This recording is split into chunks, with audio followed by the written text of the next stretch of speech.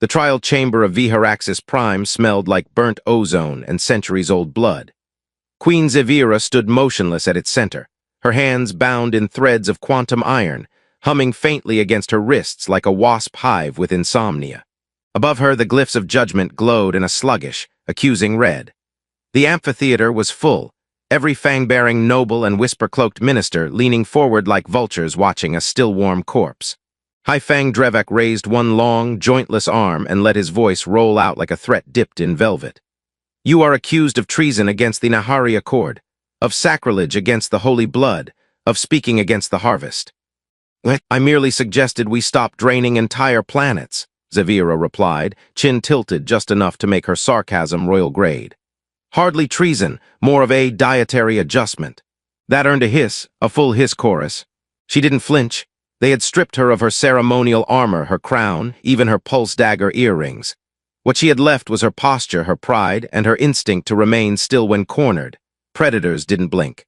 You will be unmade, Drevek said, drawing the ritual blade from its scabbard, a thing forged from collapsed starbone, vibrating with ancestral malice. It screamed at her on a frequency only she could hear. Your essence will be returned to the pool. May your death purify your name. Zevira inhaled slowly.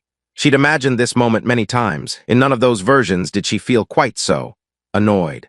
The floor below her began to pulse, a summoning glyph warming into activation. Soon her bones would be reduced to code. She was going to die in a room full of bureaucrats. It was frankly a little insulting. Then something exploded. Well, maybe exploded was generous. It was more of a crumpling, like someone had thrown a trash bin full of meat and bad decisions at the door. The chamber doors buckled inward with a screech, and a body landed at the foot of the dais. It was humanoid. It was breathing. It was, bleeding profusely and clutching a sword that looked suspiciously like it had been borrowed from a museum gift shop. He stood up, wobbled once, and pointed the blade backward at Drevek. Nobody executes anyone without paperwork, he gasped, flipping the sword around. Also, hi, I'm Corporal Briggs. Is this the snack line? A silence descended so complete, even the glyph seemed to pause mid-pulse. Briggs squinted around. Am I interrupting something? You are in the judgment hall of the Nahari, Drevek said coldly, his voice dripping enough contempt to marinate a small moon. This is sacred ground. You bring weapons here. Briggs glanced at his sword. Technically, I brought this everywhere. It's emotional support. Zevira narrowed her eyes. Human. Military from the uniform, though it was torn, scorched, and was that jelly smeared across the left breastplate. How did you even get in here? She asked, unable to stop herself. Oh, you know, he said, staggering forward. One stolen badge, 2 broken knees, and a very cooperative janitor bot. Also, turns out your backdoor security is coded in something called ancient mood runes, really. Half the chamber stood. Drevek flicked a hand, and the guards surged toward him, 4 red-armored figures whose armor vibrated with murder. Briggs didn't run. Instead, he lifted his sword, upside down this time, and shouted, diplomatic immunity. Then he fainted. The guards paused, looked at Drevek, then at the unconscious human twitching on the floor. One of them shrugged. Zevira sighed, loudly. For the love of the stars, stop staring and help me unbind my wrists. Silence, traitor, barked Drevek. She cocked an eyebrow. Your trial was going so well until the lunatic with the butter knife arrived. She hadn't planned to escape. She hadn't even hoped to. But in the stunned lull, she saw her chance flicker like a broken strobe light. She bent her wrists painfully, awkwardly, until the quantum bindings clicked against each other. Her fingers twisted. The strands vibrated. One snapped, then another. By the time Briggs groaned and rolled over, mumbling something about space churros, she was on her feet and halfway to the dais. A guard lunged. She ducked low, grabbed Briggs by the back of his collar, and hauled him up just enough to keep dragging him behind her like a bloody, sarcastic suitcase. This is not how I imagined my day going, he muttered. It will be your last day if you don't shut up and run, she hissed. Running hard when you've been stabbed in the leg, twice. She pulled him faster. Behind them, guards gave chase. Plasma bolts sang through the air, one narrowly missing her head and turning a statue of the first Fang into molten modern art. Is this a rescue? He asked, still being dragged. I haven't decided yet, she said. Try not to die until I make up my mind. They rounded a corner into a tunnel, one she knew led to the archives. If she could reach the transit lift beneath the codex vaults, they might have a shot. I'm flattered you chose me, Briggs muttered. Do I get a title? Hero, savior, guy who interrupted an execution in the dumbest way possible? How about bait? I've been called worse. You will be called worse. Behind them, alarms began to howl, deep guttural tones that rattled the walls. The glyphs flickered. Zavira pressed her palm against a sealed panel. It hissed, opened, and she dragged them both into darkness. For a moment, they simply breathed. Then Briggs asked, "So is now a bad time to mention I'm allergic to blood?" Zavira leaned against the wall, heart hammering, head spinning.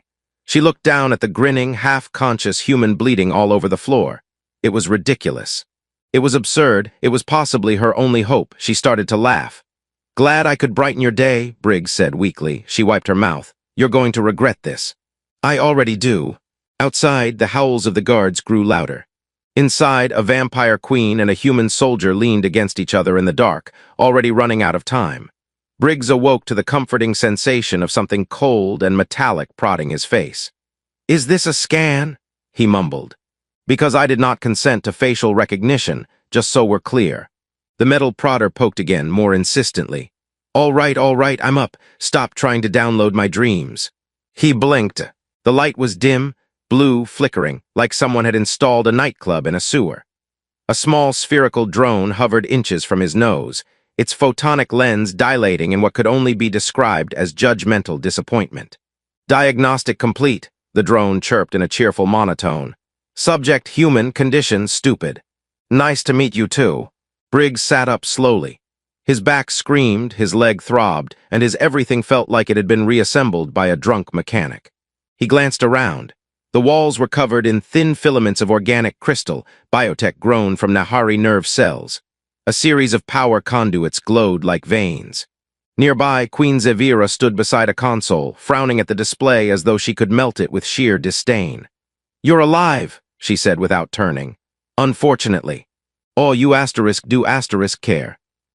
You were unconscious for 4 hours, during which you bled on priceless archive flooring and talked in your sleep. What did I say? Don't shoot the lizard, it's just here for karaoke." Accurate." She finally turned. Her posture was impeccable, her expression not so much. Something between curiosity and begrudging amusement flickered in her eyes. "I patched your leg. The drone wanted to amputate, but I overruled it." Briggs looked down. A neat silvery mesh covered the wound. It pulsed faintly, syncing with his heartbeat.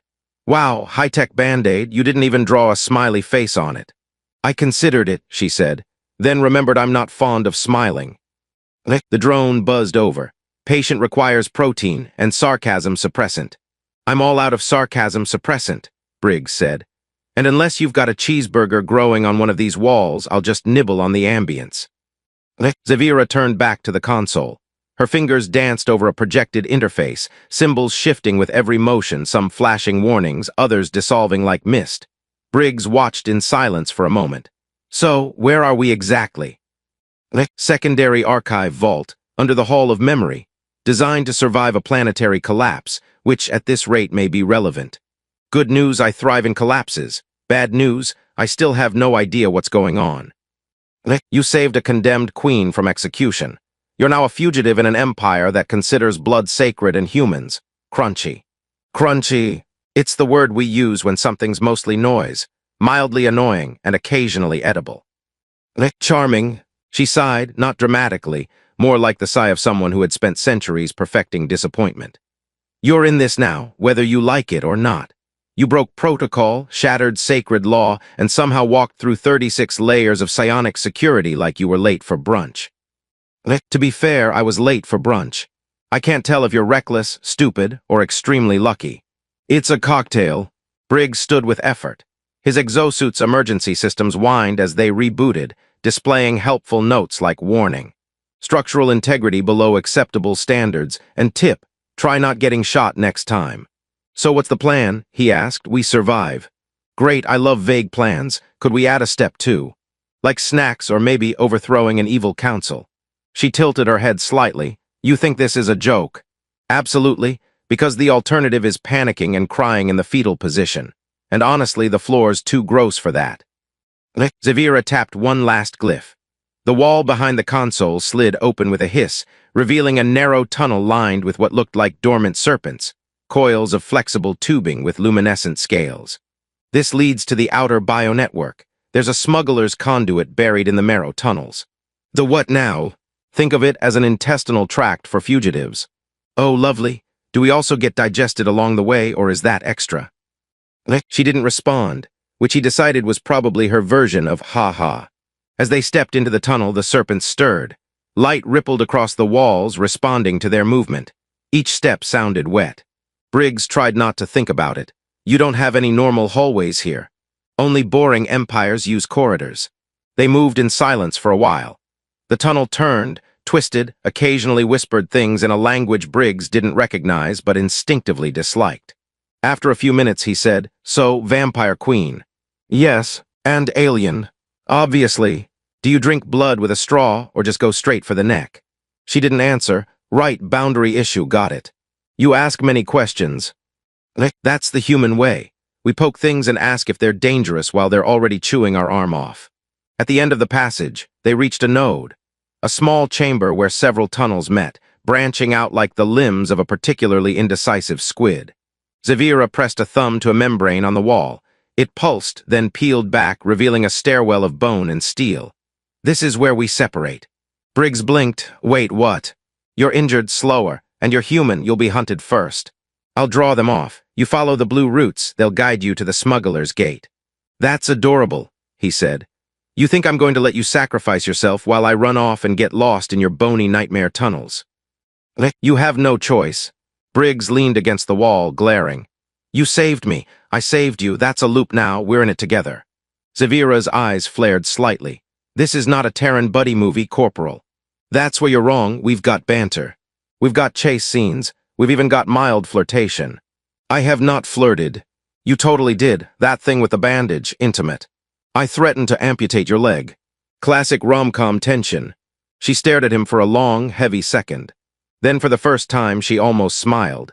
"Fine," she said, "but if you slow me down, I will feed you to the roots. See, you do asterisk care." They started down the stairwell, side by side. Behind them, the bio-network pulsed in warning colors. The hunt was on. Briggs adjusted the grip on his not-quite-sword and muttered, "Next time I crash through a sacred chamber, I'm bringing a bigger knife." Zavira didn't look back. "Next time, try bringing a brain." "I did, it just didn't clear customs." They emerged from the bone stairwell into something that could only be described as aggressively organic. "Okay," Briggs said, peering up at the towering stalks of bio-grown pillars curling into the darkness. "I'm officially inside a lung. I didn't mean that metaphorically." "You're in the lattice core," Zavira replied, stepping over a glowing root that twitched slightly as she passed. "It recycles air for the entire archive system. Occasionally excretes spores. Try not to inhale too deeply." Briggs froze mid-breath. You could have led with that." "Where's the fun in that?" The floor beneath them had the texture of wet leather, and it squelched with every step. Every now and then, a translucent sac along the wall would pulse, expelling a puff of blue mist. One of them sneezed. The other pretended not to hear. "Do all your buildings breathe?" Briggs asked. "Only the enlightened ones." They followed a narrow path bordered by nervous-looking vines. The air smelled like antiseptic and old mushrooms. Overhead, clusters of glowing spores flickered like constellations. Forming and unforming symbols Briggs couldn't recognize, but deeply suspected were insulting him. "Let me guess," he said, waving at the bioluminescent ceiling. "That one says, 'Lost idiot, turn back now.'" "No," Zavira said. "That one says, 'Royalty shall not pass without offering.'" Briggs stopped walking. "Do I need to make a blood donation, or just toss a coin into the glowing meat fountain?" "Relax, it's obsolete protocol. We're in a forgotten part of the archives. Nothing here works anymore." Which naturally was when a six-eyed, vine-coated statue to their left groaned to life and whispered, "Who seeks entry to the spiral route?" Briggs jumped so high he almost fell over a phosphorescent toadstool. Zavira sighed. "Ignore it. It is forbidden to ignore the guardian of traditions." She kept walking. Briggs waved awkwardly at the statue. "Hi, sorry, big fans, no offense, just passing through." The statue paused, vines quivering. "Then tread lightly, fleshlings."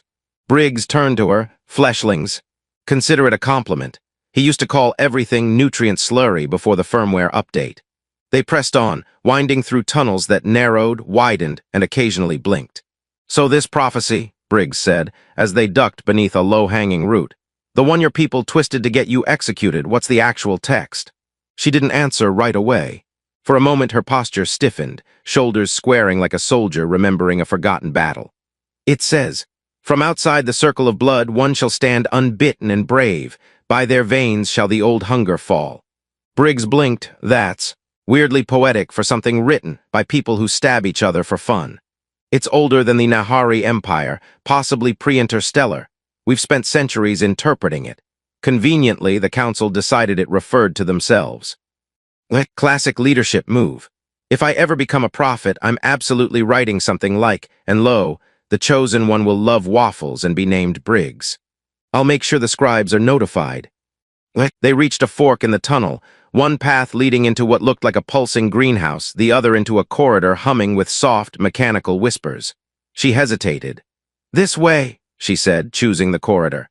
The greenhouse is filled with sentient moss. They're political. Briggs didn't ask. He simply followed. As they moved through the corridor, the floor began to slope downward. The walls were smoother here, reinforced with polybone and layered with memory threads, thin strands of living data that fluttered when passed, recording footsteps and heat signatures. "This place is incredible," he muttered. "It was built during the Reclamation era. The knowledge stored here predates our first encounter with the hive colonies. Any chance some of it involves, say, how to not get killed by your own people for having ideas?" She glanced over. You'd be surprised how little civilizations change over time. Before he could reply, a buzzing sound filled the tunnel. It started low like the hum of an insect. Then it grew. "Tell me that's an air vent," Briggs said. She drew to a halt. "It's not." The wall ahead shimmered, and something phased through it. It resembled a wasp if a wasp had been designed by a psychopath who believed weapons should have wings. Its body was armored, its limbs ending in plasma spikes, and its eyes glowed with binary hate. "Guardian construct," Zavira said. "It's on patrol, shouldn't be active in this sector." "Should." The waspbot spotted them. Its wings opened with a snap. Briggs turned to her. "Does it respond to passwords, cookies, interpretive dance?" "No, but it might respond to." She didn't finish. The construct lunged. Briggs threw himself sideways, slamming into a wall that coughed spores. Zavira ducked, rolled, and came up holding a shard of bone chiv that had been concealed in her boot. "Distraction," she shouted. "Define. Make noise." Briggs did the first thing that came to mind. He threw his voice in a high-pitched shriek and yelled, "Look out behind you." The construct hesitated. Zavira leapt forward, plunged the shiv into the joint of its wing, and twisted. Sparks flew. The simulated face continued to grin from the cryopod, all teeth and barely any skin. If it had eyebrows, it would have raised both. Instead, its cheekbones pulsed like nightclub strobes. "New companion, I see," it said, voice smooth as magnetic silk. "Terran, yes, a bit undercooked, but I suppose he'll do." Briggs crossed his arms. "Hey, I might be undercooked, but I'm seasoned." The face tilted. With what? Regret. Zavira sighed. "Ignore him. He's the stored ego of Varnick the Ninth. He ruled for 4 cycles and then uploaded himself because he thought death was too mainstream." "I'm an acquired taste," Varnick said. "Most people acquire a headache." Briggs peered into the pod. "So, you're basically a talking political blog." "I am an archived sovereign intelligence capable of strategizing galactic campaigns, rewriting economic doctrine, and critiquing necklines." "Sounds exhausting." "It is, but immortality gives one hobbies." Zavira touched the side of the pod. Her fingers danced across a glowing interface. Lines of data ran like liquid code under the surface. "I need information," she said. "You always do," Varnick replied. "What's the emergency this time? Another insurrection, cosmic plague, interdimensional fashion crisis." "The High Fang declared me a traitor, tried to execute me. I intend to respond." Varnick made a sound halfway between amusement and the opening of a can of space soda. "Oh, you're in that phase of royal development. Delightful. Rebellion always brings out your cheekbones." Briggs muttered, "I'm starting to think your archives could use a sarcasm filter." "Terrans, always so literal. Do you want a cookie?" "Yes, actually, do you have any?" Varnick's grin widened. "Just simulated ones, very crunchy." Zavira cut in. "We need schematics, transit routes from the vault to the surface without triggering the bone sentries." "Ah," Varnick said, bored now, "you're no fun anymore." "Very well, the old venting conduits still run under the south wing. Half collapsed, but still passable, if you can crawl like a man who's lost all pride." Briggs raised a hand. "That's my specialty." And, Varnick added, eyes flicking to him, the human will need immunostabilizers if he intends to crawl through the fungal ducts. Nahari spores tend to rewrite DNA when bored. Briggs blinked. Rewriting. Like how much rewriting are we talking? Extra limbs, new hobbies, sudden urge to eat moon rocks. Depends on your mood and personal trauma. Fantastic. Zavira tapped the interface again, downloading the route. We'll take the south path. Take care, Queen, Varnick said. And do remember, if you die, I'll be extremely annoyed. Your rebellion is the only entertainment I've had in decades. Briggs leaned in toward the pod you ever think of. Turning yourself off. I tried once, Varnick said, mock serious, but I couldn't resist listening to myself argue. The pod dimmed, the face vanished, silence returned. They stepped into the next corridor, which curved downward like a spiral intestine and pulsed faintly underfoot. The air grew warmer again, damp. Somewhere nearby, something hiccuped. So, Briggs said, ventilation shafts filled with DNA-altering spores. I see we're still choosing the safest options. Safety is for those with better friends, Zavira replied. I like to think I bring charm and chaos. You mostly bring chaos. I contain multitudes. They reached a service hatch set into the wall. It was covered in fibrous cables and what appeared to be dried mucus. Briggs stared. Do I want to know what opens this? Zavira pressed her palm to a thin membrane just above it. It slurped open like an overeager fruit. Nope, Briggs said, backing up.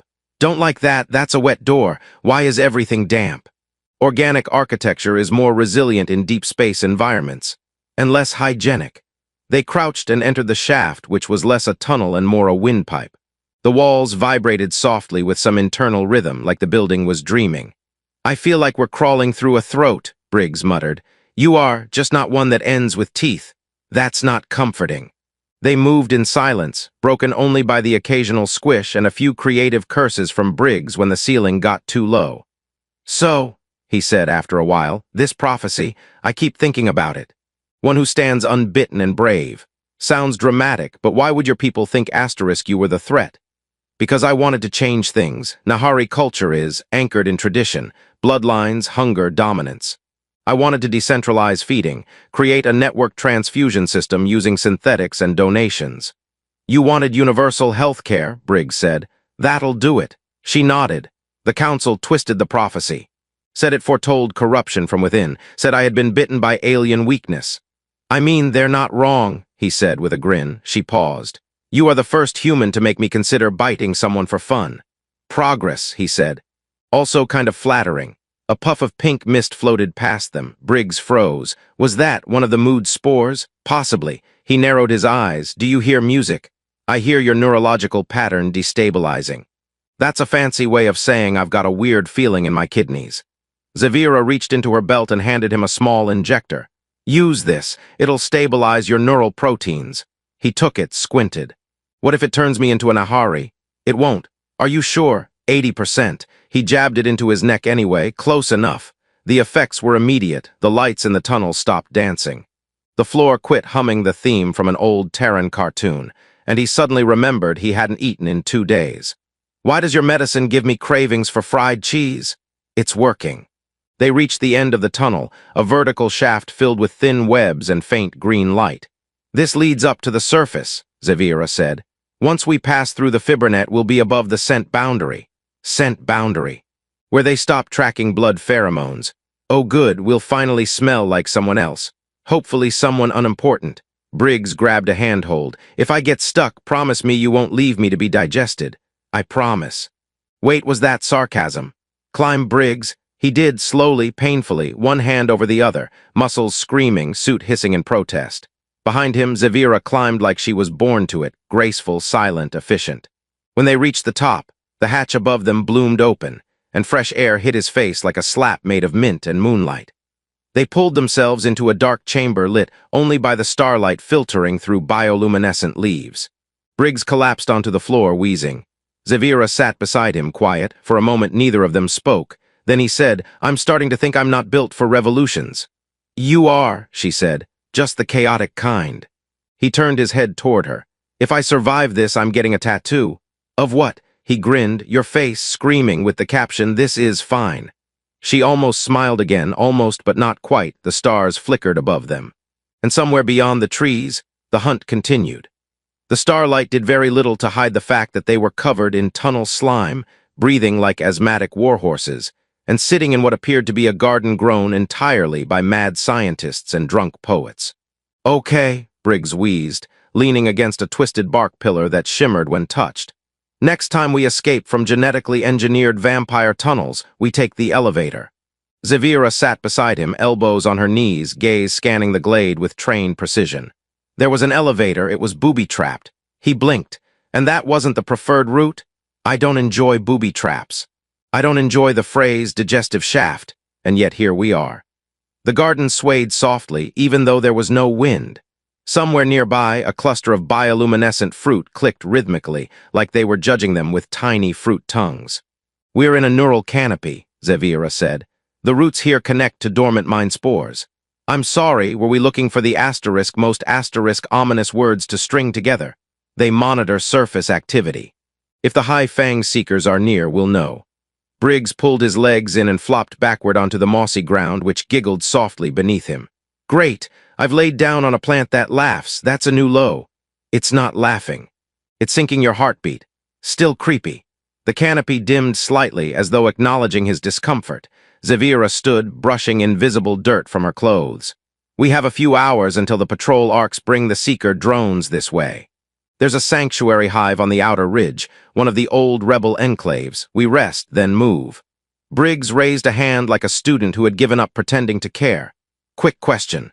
Will this sanctuary also try to kill us, digest us, or whisper aggressively about our feelings?" "Possibly all three. Sounds cozy."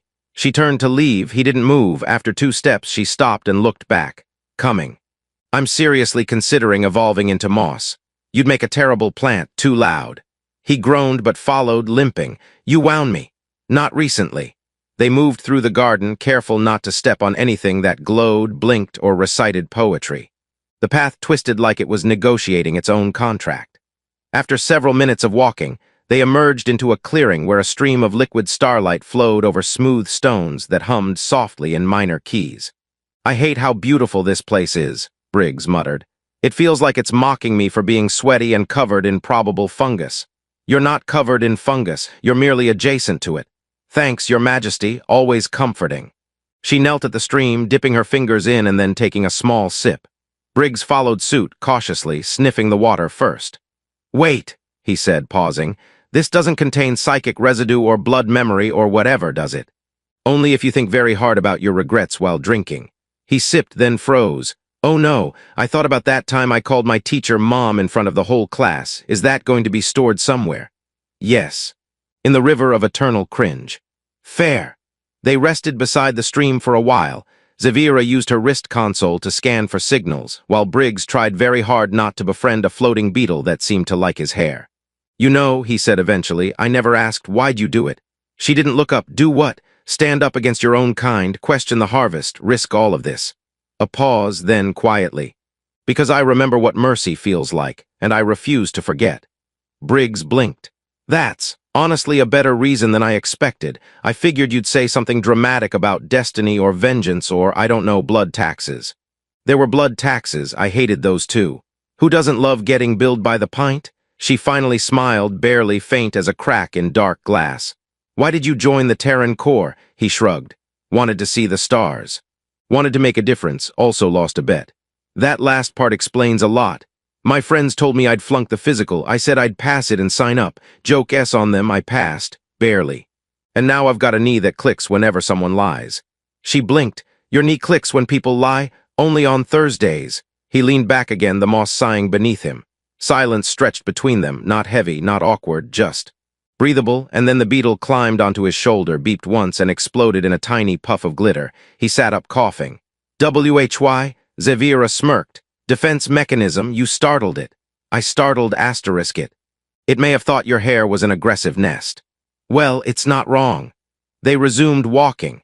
As they approached the edge of the garden, the plants grew more orderly, more symmetrical, clearly cultivated by something sentient with an obsessive relationship to angles. A massive root arch marked the threshold of the sanctuary ridge. Beyond it, a soft green light pulsed in rhythmic beats. "Welcome," Zavira said, "to what's left of the rebel hive." It looked abandoned, quiet, peaceful, too peaceful. Briggs frowned. So this is where the cool vampires used to hang out. Yes, artists, scientists, runaways, the ones who didn't believe in draining the galaxy to stay relevant. And now they're echoes. She stepped into the space. A series of small drones zipped down from the ceiling and scanned her. After a tense moment, they emitted a chirp and disappeared into the walls. Briggs entered cautiously. Okay, that was definitely the most polite welcome we've gotten so far. It means we're still in the records. They made their way to the central chamber, a wide dome with benches made of fused coral and a ceiling like stretched galaxy skin. Screens flickered to life, showing data pulses, maps, even grainy footage of cities long devoured by Empire policy. A voice spoke from the walls, calm, androgynous, slightly sleepy. Queen Zevira, you return with a statistical anomaly. Briggs raised a hand. Hello, that's me, walking contradiction, fully aware of the irony of being the only warm-blooded person in a rebellion led by the undead. The sanctuary responded with a pleasant hum. We have tea. Briggs stared. You have asterisk tea? We are rebels, not monsters. Zevira sat on one of the coral benches. Activate the safe zone, no scans, no leaks, we need rest. Understood, said the voice. Also, the human is allergic to Keemroot. Please don't let him touch it again. Briggs frowned. Wait, oh no, was that the spiky fruit from earlier? Yes, I thought it was exotic garlic. It was sentient. I said sorry. The sanctuary's lights dimmed slightly. Briggs took that as approval or mild exasperation. He settled onto the bench beside her, not too close, not too far. I think I like it here, he said. Not just because of the tea or the non-lethal explosions, but because it's quiet and weird and a little haunted. Zevira looked at him, her expression was unreadable. You're not what I expected. Yeah, he said, yawning. That's a common review. They sat in the heart of the old rebellion, surrounded by memories and stubborn light, while the galaxy outside turned a little darker. But for now, there was tea. And maybe, just maybe, a plan. Briggs was halfway through his third cup of what the sanctuary insisted was tea, when it occurred to him that it tasted suspiciously like warm battery fluid with notes of licorice and distant trauma. He swallowed anyway. So, he said, swirling the glowing liquid like it might reveal his future, do you think they ever added sugar to this, or is this just the rebellion's idea of punishment? Zevira didn't look up from the holographic map hovering above the coral table. It contains a root extract known to sharpen memory and dull pessimism. You could use both. I'd settle for a donut. There's a nutrition printer in the lower chamber. He blinked. You had a food printer this whole time? I wasn't sure you'd survive long enough to justify using it. He gave her a slow, wounded nod. That is both fair and deeply offensive. She tapped a node on the map. A section of the galaxy spun into focus, a crescent-shaped cluster of systems labeled with Nahari glyphs, each pulsing in rhythmic defiance. These are the fringe territories, she said. Systems that refuse to comply with full blood harvesting. Many went silent decades ago, others were wiped out. Let me guess, Briggs said. We're going to knock on their doors and ask if they want to make some noise again. More or less. He leaned back, the coral bench sighed beneath him, possibly judging his posture. What if they're gone? Or worse, what if they remember you and don't like you anymore? They feared me when I was a crown. They'll follow me now that I'm a threat. Very inspirational. Can we print that on a t-shirt? Zevira zoomed out the map. We'll need to reach Kor Thon first. If there's any spark left in the rebellion, it'll be there. Briggs frowned. Is that the planet that looks like a migraine with moons? Yes. But it's protected by a frequency shield keyed to old sovereignty codes. We'll need access. He blinked. Wait, we need a password to knock? Essentially. Well, that's deeply bureaucratic for a revolution. You've clearly never organized one. They rose from the table. Briggs grabbed another cup of tea for the road, then immediately regretted it. The sanctuary's voice chimed softly. Preparing exit protocols, surface vents are clear. Tracking indicates minimal seeker activity within 30 clicks. Briggs grinned. Minimal is my favorite amount of doom. They passed through a corridor lined with sleeping drones, all twitching faintly as if dreaming of rebellion. One emitted a soft burp as they walked past. Briggs gave it a thumbs up.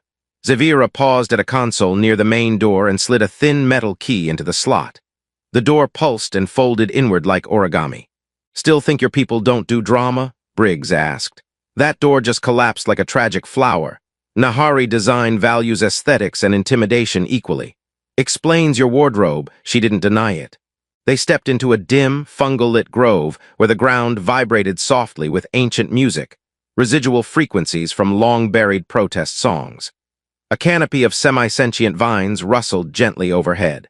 The rebellion might have been mostly dead, but it had left mood lighting. Briggs glanced up. Do those vines do anything?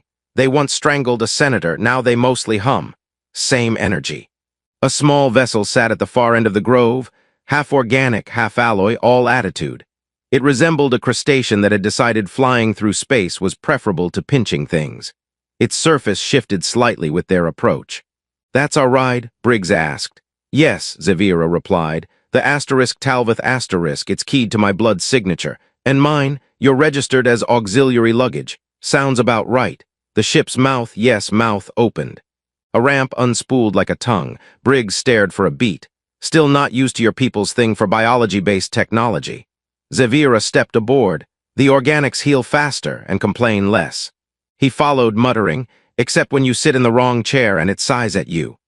The interior of the Talvith was sleek, curved, and lit with soft pulses from within the walls. As they moved through the central corridor, the lights adjusted to their heartbeats.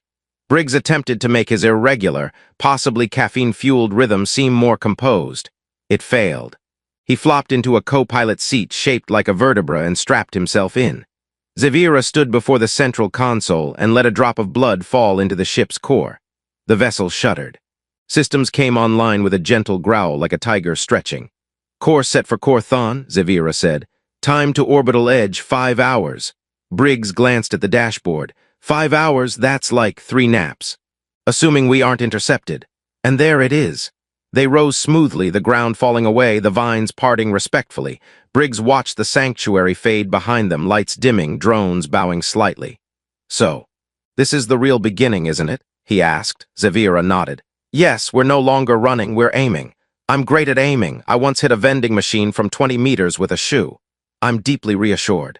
A few minutes passed in comfortable silence. Then the twin moons hung low over Corthon, their pale light casting long shadows across the shattered spires of the forgotten city. The Talvith descended silently, its bioengineered hull humming in rhythm with the pulse of the planet beneath. Briggs gripped the armrests, staring out the viewport like a kid on his first ride in a roller coaster, equal parts exhilarated and terrified. Landings are supposed to be this stressful? He muttered. Zavira's voice was calm, but there was a hint of steel beneath it. Only when the enemy knows you're coming. As the ship settled into a cracked clearing, a low, resonant chant drifted through the air. Briggs frowned. That's a bit unsettling. Welcome to the rebel hive, Zavira said, stepping into the dim light outside the ship. Her boots crunched on crystalline debris that glittered faintly. They don't do parades. A figure emerged from the shadows, tall, draped in tattered robes woven from luminescent fibers, eyes reflecting the moons like twin stars. Queen Zavira, the figure intoned. You return to claim a crown in ashes. Renath, she replied, inclining her head. Briggs stepped forward, wincing as his injured leg protested. So you're the dramatic one on the comms? Nice to finally meet you in 3D. Renath's lips twitched. The pleasure is yours, human. They were led through the ruins by flickering biolights embedded in the cracked walls. The rebel enclave was a patchwork of ancient architecture and improvised tech, force fields humming beside crumbling statues, holographic maps flickering near rusted control panels. Most of the rebels fled or were hunted down, Renath explained. Those who remain are ghosts guarding memories. Zavira nodded, memories that could ignite the fire again. A sudden clatter echoed nearby. Briggs spun, brandishing a makeshift spear crafted from salvaged plasma tubing. Out stumbled a small, furry creature with too many eyes and a habit of muttering insults in 5 languages. Zib, Zavira sighed. Your timing is impeccable as always. Zib glared at Briggs. The meatbag arrives. I was beginning to think you were a hallucination. Briggs grinned. I get that a lot. Renath gestured toward a large chamber where rebels had gathered, faces etched with war and hope. Tonight, we decide if the spark can become a flame. Zavira scanned the room. Faces familiar and strange, veterans who bore the scars of 1,000 battles, scientists who had turned their research into weapons, and dreamers who still dared to believe. Briggs, she said softly, stay close. He nodded, fingers twitching near his sidearm. Always. The council meeting began with heated debate. Old wounds reopened. accusations flung like plasma bolts. Reneth argued for caution while others demanded immediate action. Briggs whispered to Zavira, "Politics, Galactic edition." She smiled faintly, and just as messy. A sudden explosion rocked the enclave, a warning shot from approaching forces. The rebels sprang into action, energy weapons lighting up the twilight as enemy drones swarmed. "Perfect timing," Briggs muttered, firing his blaster with surprising skill. Zavira moved with deadly grace, directing defenses and rallying fighters. The battle was chaotic, plasma beams ricocheting, explosions sending shards of ancient stone flying. Amid the chaos, Briggs found himself beside Reneth, who fought with a furious determination that belied his calm exterior. "Glad you survived the welcoming party," Briggs shouted over the din. Reneth smirked. "The galaxy's oldest trick. Pretend to greet with flowers, deliver fire instead." When the dust settled, the rebels held their ground but at great cost. Zavira limped toward the wreckage, her expression grim. "We fight," she said quietly, "because surrender means oblivion." Briggs caught her eye, "And we don't do oblivion." As the twin moons cast their glow over the battlefield, a new chapter began, one forged in fire, fueled by unlikely alliances, and illuminated by the stubborn light of hope. "Ready for the next round?" Briggs asked, loading his weapon. Zavira smiled, bearing just a hint of fangs. "Always." The twin moons hung like silent witnesses as Zavira and Briggs stood atop the shattered spire, the ruined city sprawling beneath them like a memory bleeding into the stars. The battle had ended, the High Fang's forces scattered or retreating, but the cost was etched deep, scars on stone and deeper ones on souls. Briggs shifted his weight, testing the awkward new rhythm of his limbs. The bite still throbbed, a reminder that things had irrevocably changed. "You ever get used to being Partalian vampire hybrid?" Zavira glanced at him, a smile tugging at the corner of her mouth. "No, but I have learned to embrace the chaos." He laughed, a sound rusty from disuse and disbelief. "Yeah, chaos has been my specialty. You really turned me into something new." "I mean, who else can say they survived a royal blood trial and a genetic upgrade without a single therapy session?" "Few can match your resilience," she said. "You carry the weight of two worlds now, Terran and Nahari. Human and vampire." He raised an eyebrow. "So what's that make me? Some kind of cosmic party favor?" "More like a bridge." He considered that. "Bridge, huh? I hope you like a little noise and maybe some bad jokes."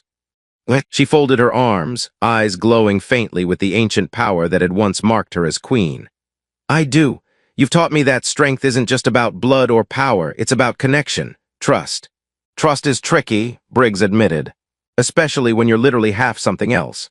Which is why we build it slowly, like fragile architecture." Behind them, the rebel forces gathered, faces illuminated by starlight and tentative hope. The war was not over, but a new era had begun, one forged by unlikely alliances, courage, and the stubborn refusal to accept fate as written by tyrants. Reneth approached, nodding in approval. "You've changed the game, Queen Zavira. And you, Corporal Briggs," he added with a grin. "From outsider to indispensable." Briggs shrugged. "I still don't know how I got here, but I'm not leaving anytime soon." Zavira reached into her cloak and produced a small vial, iridescent, swirling with a mix of Terran and Nahari biochemistries. "This will stabilize your transformation. You'll heal faster, adapt better." He took it, their fingers brushing briefly. "Thanks for everything." She looked away, a rare softness in her gaze. "You saved me more than once." The moons shifted, casting their light over the world they'd fought to protect. "Ready to lead?" Briggs asked. Zavira inhaled, steady and sure. "Yes, but this time not alone." They turned toward the rebel council, a gathering of voices old and new, human and Nahari, united by hope. As the first light of dawn pierced the alien sky, Briggs cracked a grin. "So what's next? Intergalactic peace talks, or maybe a karaoke night?" Zavira laughed, a rich, unexpected sound. "Both,